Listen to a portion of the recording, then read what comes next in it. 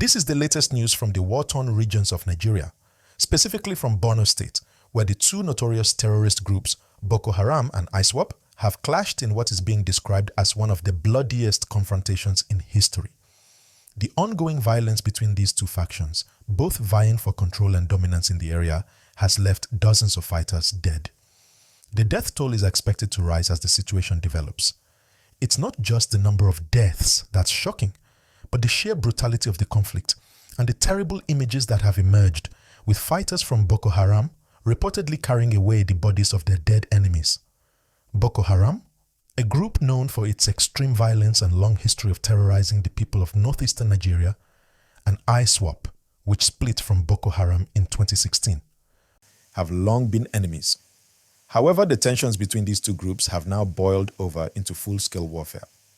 The clash has reportedly been one of the bloodiest in their shared history, and from what we've seen so far, the infighting is not only about control of territory but about a battle for resources, ideology, and influence. Both groups have increasingly relied on brutal tactics to assert their power, and it's evident that they're willing to spill as much blood as it takes to maintain their stronghold. The people who suffer the most from these battles are the civilians caught in the crossfire. Many of them are forced to flee their homes, seeking refuge in nearby towns, while others are left behind to endure the horrors of war. The Nigerian military has been actively involved in trying to bring the violence under control. But the sheer complexity of the situation, combined with the remote and hard-to-reach areas where the fighting is taking place, makes it difficult for them to intervene effectively. The international community is also watching closely, but many experts fear that unless the violence is addressed at its root, we will continue to see more bloodshed. As the infighting continues, both Boko Haram and ISWAP are left to deal with the consequences of their actions. The ongoing conflict raises questions about the effectiveness of current counter-terrorism strategies and whether the Nigerian government, alongside its military forces, can break the cycle of violence. For the people of Borno State and neighboring regions, it remains a daily struggle to survive amidst the chaos and uncertainty.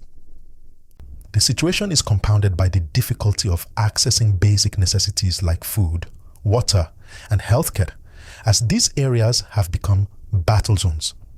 In the midst of this turmoil, there is a flicker of hope that peace can be restored, but the path to stability is long and complicated.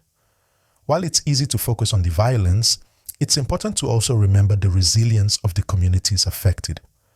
Despite the hardship, there are countless examples of people banding together, offering aid and providing support to one another in the face of adversity. As we continue to follow the situation, we can only hope that the Nigerian government, along with international partners, can bring a resolution to this ongoing conflict. But for now, the violence seems to have no end in sight. And for the people living in the region, every day is a fight for survival. This tragic story serves as a stark reminder of the importance of stability and peace in the region. As the world watches, the hope is that the violence will eventually subside, and the people of Borno and other affected areas can begin to rebuild their lives. In the meantime, we can only continue to pray for those who are suffering. If you're following this news and want to stay updated, don't forget to like, subscribe, and share this video with your friends. Hit the bell icon to get notifications every time we post an update. Let's continue to raise awareness about these critical issues. If you have any thoughts or comments, feel free to leave them below. Let's keep the conversation going. Stay safe and informed, and I'll see you in the next one.